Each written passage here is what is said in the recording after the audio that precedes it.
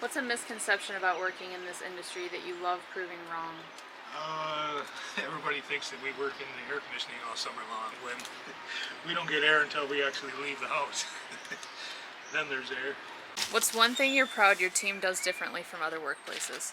I think we take pride in our installs, try to do a good job, functionality and clean looking. What's one thing you do to make work feel meaningful? Provide people with heat and air conditioning when it's hot.